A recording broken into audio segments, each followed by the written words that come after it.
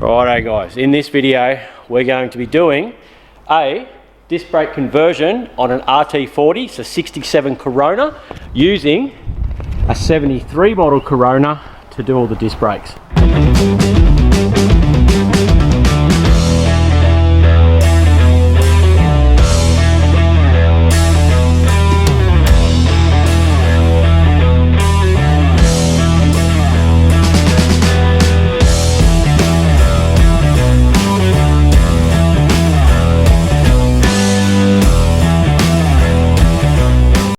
Righto, so this one's an rt81. Now, what we're going to be doing, as well as the disc brake conversion, is we're going to measure this diff now. Okay, so this one here is more a 10 bolt style diff, which means it doesn't have a removable center, whereas the rt40 in here on the hoist, the earlier one, has more a banjo setup, which has a removable center. Okay, so the brake lines on the back of this are quite rusty. The brakes don't work as far as I know, so we're going to measure now the width of this diff here. Do you want? We might pull the wheels off and. No, I'll just go from backing plate to backing plate, and then we'll check centre to centre of the spring hangers. All right. So you hold that just on, yeah, just there. Backing plate, yep. Okay, so we're at. I'll just go off that bit there, like the lip. Yep. Yep. Okay, so we're at 1170 there. Righto. So 1170 on the RT. That's not exact measurements, that's just from a spot. 1171. Righto, so this one here was about 1190, but it wasn't an exact measurement, so we still might just drop the wheels off both and do an exact measurement. See, it's within 10 20 mil mil. each side's not going to worry it.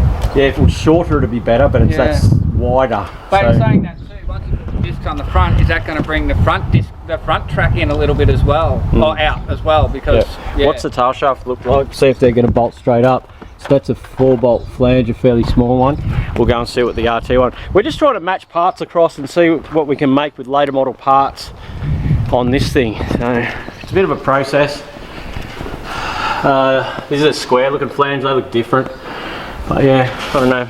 We're going to do some more measurements and we'll tell you where we end. Alright, so here's what we've worked out. So on this one, they both, as far as we can tell, run the same if not similar booster. I need this extension here to clear the clutch system on the rt40, which is in there. So that little valve that you can see right down there, a line comes out of the master down to there to split for the fronts, and then this one here is it holds pressure for the rears. So I need this one, residual valve, and the line comes out of there and to here. We're missing those bits, which means off this car here we're not going to run the master with that remote reservoir and all that carry on. Yeah, because the master that comes for that one, the new one I'm going to buy, which is about 125 bucks, has 2 reservoirs here, one for the front and one for the rear, but we do want this booster, so I've got to pull this booster out, and that's about all we're going to use off this car, and then the rest is junk. The diffs, we've decided we're not going to swap over, even though the later model diff in this is probably a better diff. We can't see any major benefit to swapping the diffs due to the fact that someone's already replaced rear wheel cylinders.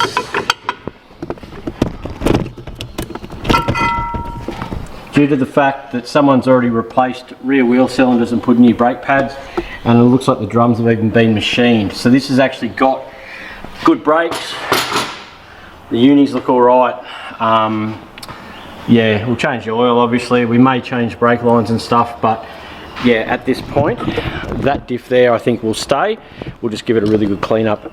So yeah, so at this point, we're just gonna concentrate on the front discs. Now, the wishbones, which is, that one's an upper, that's a lower wishbone.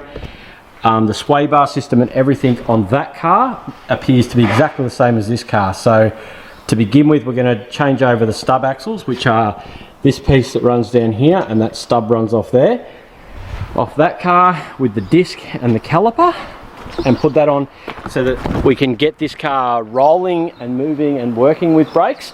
But then I will pull all the wishbones and stuff off this one, stick them in the acid that we use for the engine blocks and cylinder heads to clean them up, and then put new bushes in, paint them up and put it all together so the front end's all brand new again. So we'll have spares to go together. So that's the plan. So for now, I'm going to start pulling this stuff off and pulling that off.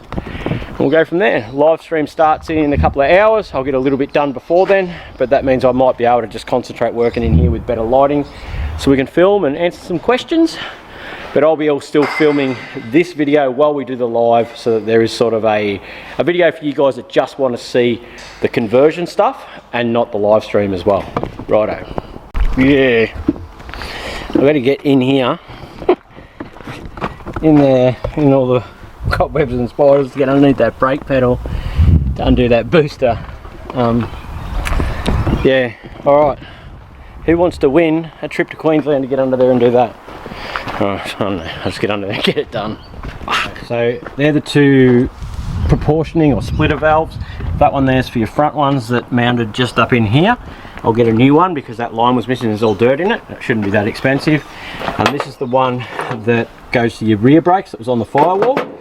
So they're out. So now I've got to remove, yeah, the lines and all the rest of it. So, but yeah, we're getting there. I've also got the booster out, which is sitting over here. So that's the old booster. You can see all the fluids come out of it. So what normally would happen is your master goes onto here, the seal goes in the back of the master and then pumps the fluid into the booster, and you can see that's what's happened here. So the master must have failed, and that's probably the whole reason why this car stopped getting used. But this is what we needed, which is the mount that goes behind there to space it off the firewall. So we'll paint that up to go onto the rt40 to clear our clutch stuff. So my next step is to start removing all of this here to get this booster out, because this booster still works. There's still fluid in this system and it's all pretty good, but we're not going to use this master. We're going to use our other one. So yeah, I'm going to get in, start getting all that out. Another step forward, it's just tonight while we do the live stream, it'll be dark out here and we'll be concentrating in here getting this pulled apart and back together. So I'll spend the next little bit playing with this. So I've just dropped out, that's your tie rod for your steering. So basically to get that out, that sits in there like that. You smash it there with a hammer, so that goes up and into there for your steering, and you smash it there. You never smash on the fucking thread, ever. Never smash the thread. You smash on the side there and that'll open that up. And the same when we start to break these two ball joints here, is I'll show you that. I've just got to get these split pins out, and then we will show you how to split the top and bottom ball joint. I didn't take out the shock on the other side. You'll see on the ground there's the other front stub axle. The disc is still connected and everything. So that's all come apart. The ball joints are fairly terrible, so I don't know how far I'll get with this today, whether I'm going to put ball joints in it or not. But it looks like the tie rods have been replaced in this recently. A lot of the steering components have been replaced. So yeah. But this isn't something we're fixing to sell, so we will make it serviceable and usable and worry about maintaining it down the track. If we were selling it, we'd probably replace everything, but it's for Nicole, so we'll just make it usable, and over time, and safe. Yep, that's it. And we can just monitor it and service it along the way, which will be good.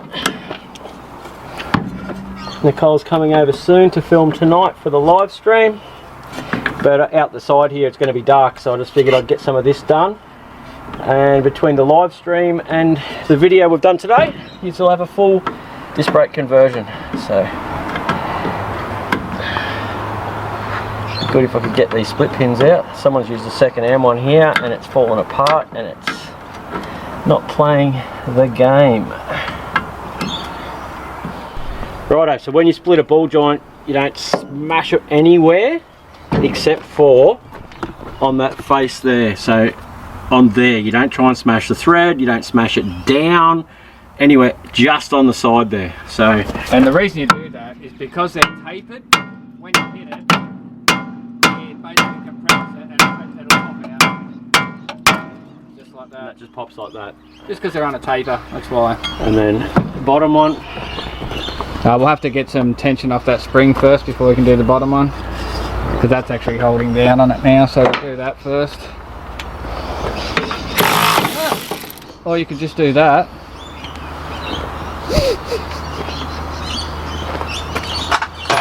Lucky that shock was in there. Yeah, I know, I knew it was in there. Oh, Right, yeah, no, you and did. then same again, just on the, see there's your ball joint that runs down, that's your wishbone, right on the side of that.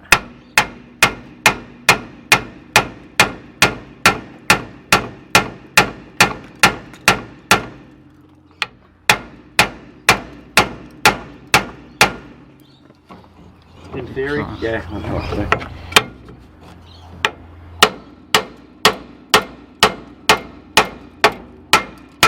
There she goes.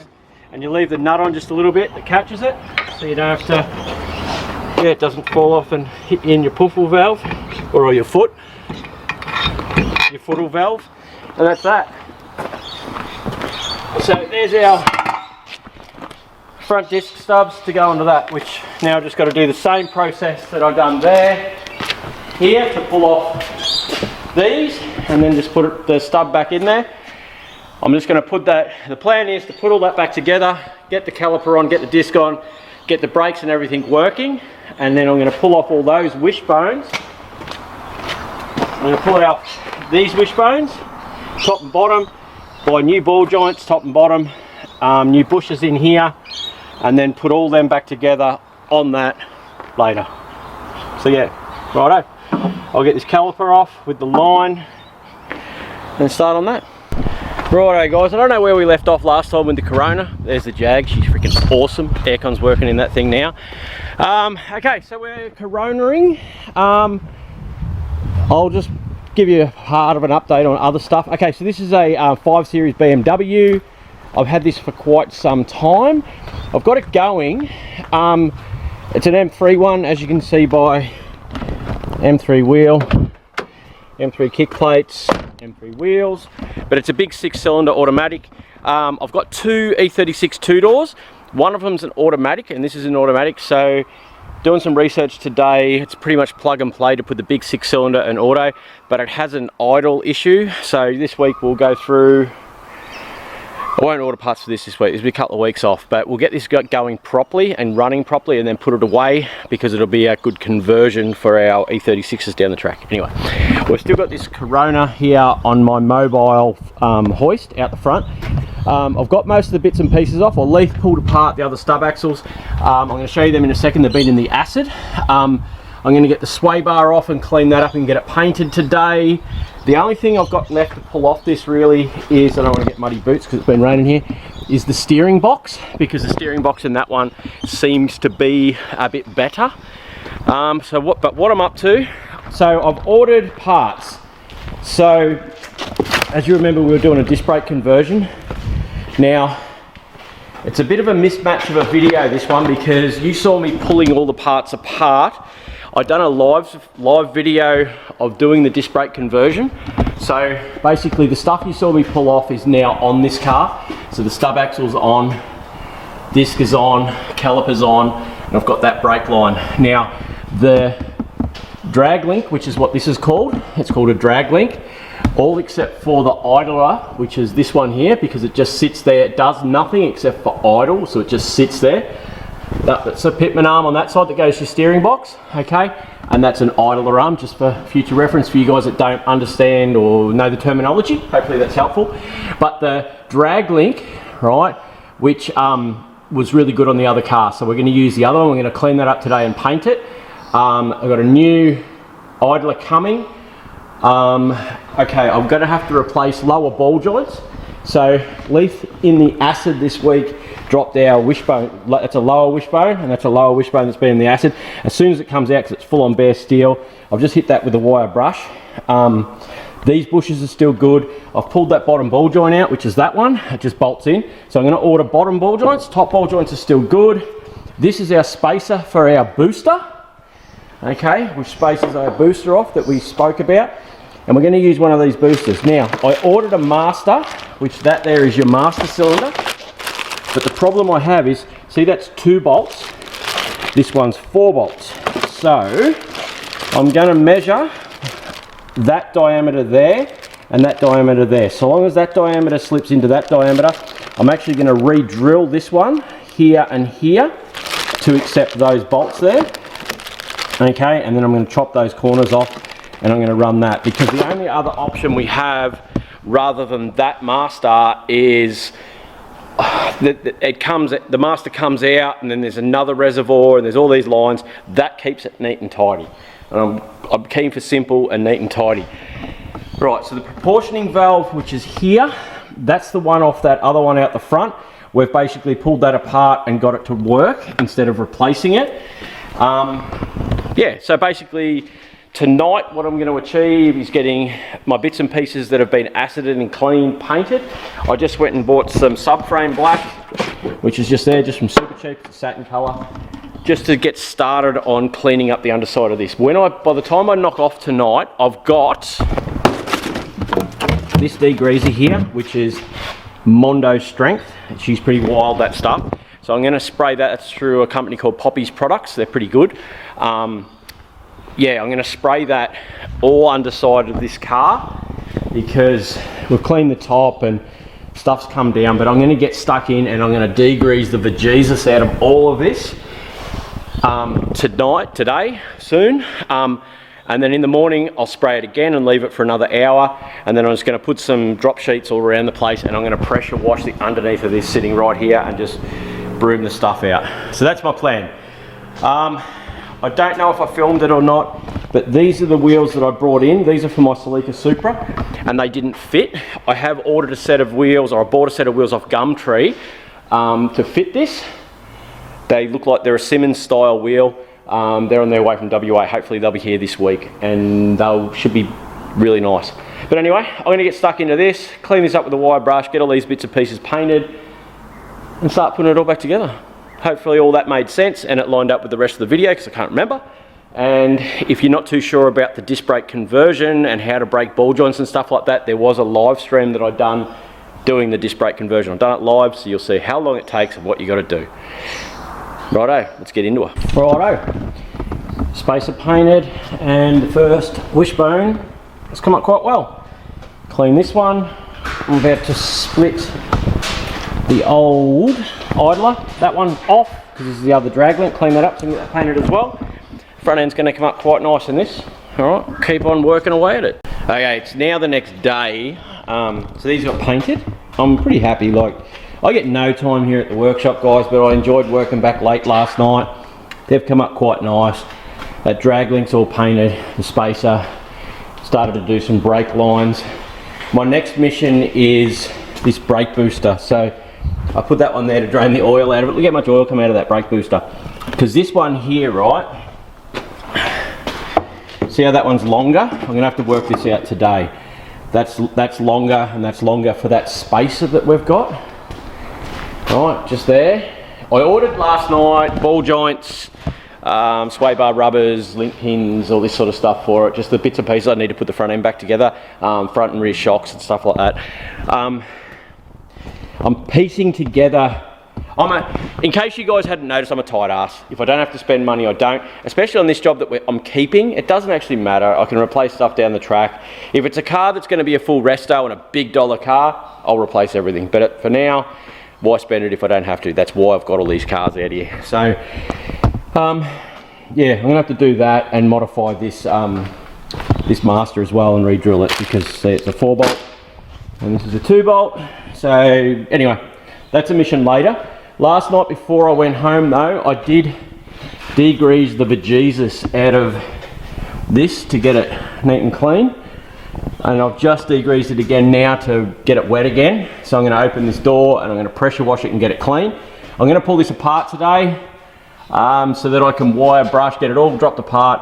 I put it all back together like this just to make sure it all fitted because it's a conversion and you just never know whether people are telling you the truth online.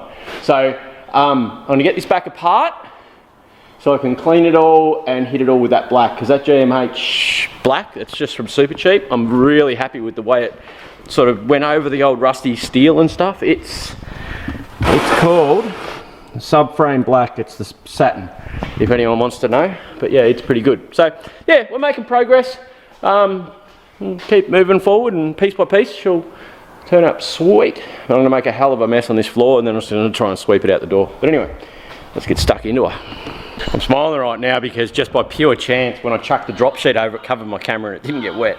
Anyway, Righto, so I've pressure washed it, and it's sunny today. It's been raining for days, and I thought today will be the first day I don't have wet socks, but guess what? They're wet socks. Alright, so that's somewhere near clean. I'm going to start pulling all this apart now so I can paint the rest of it and go from there. You can hear a podcast in the background. This one's called 3 Left Turns Don't Make a Right. It's about it's behind the scenes of all the car shows that we watch. What happens with the Discovery Channel and all that sort of stuff, and the production teams and where those people started. It's really, really good. So 3 lefts don't make a right.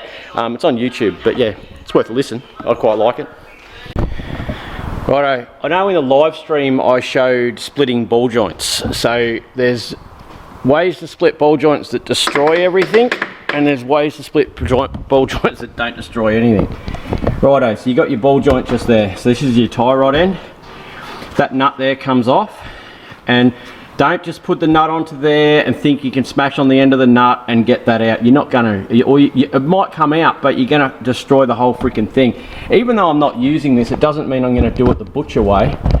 You can get a ball joint fork splitter, which will go in here, but it'll rip the boot. You can get another one that clips on here, goes on to and then presses on the top of that, and then you put pressure on it. Like if this won't split this way, that's what I'll use, is I'll put one of those fork ones on, put pressure onto the top there. But generally, if you just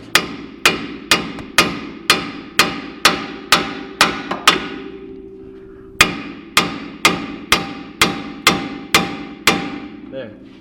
See how that popped? So that's come undone. I left the nut on so it catches it, but you just hit, you got to get as close to that edge there, so sort of straight along with it to get as much energy into it. If you hit it here, obviously the energy disappears, but if you hit it here, the energy sort of goes into there. So, but yeah, so that's how you split a ball joint the right way. It will happen.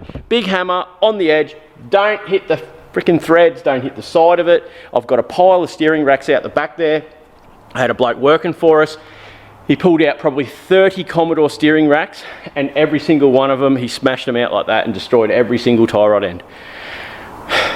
And you wonder why I don't have people work for me. But anyway, we are getting there, and it's coming along great, and I'm really enjoying myself. And honestly, guys, I cannot wait for the day when I'm just doing this restoration work day in, day out with you guys.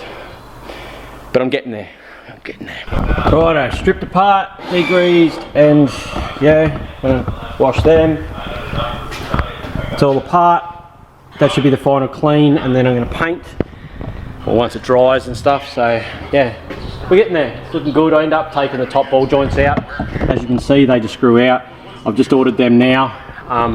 So we'll be doing the top and bottom ball joints. The only thing I haven't removed yet is the steering box, which I think I'm going to do, but we'll see what happens. But anyway, it's going to drive good, I suppose. It's for Nicole, so it's got to be right. Oh, here's me thinking I was all good and it's all happening, and I painted all this up and put it through the acid. Look at the hole differences. I've just gone to bolt that on, and there's a single hole there and a double there.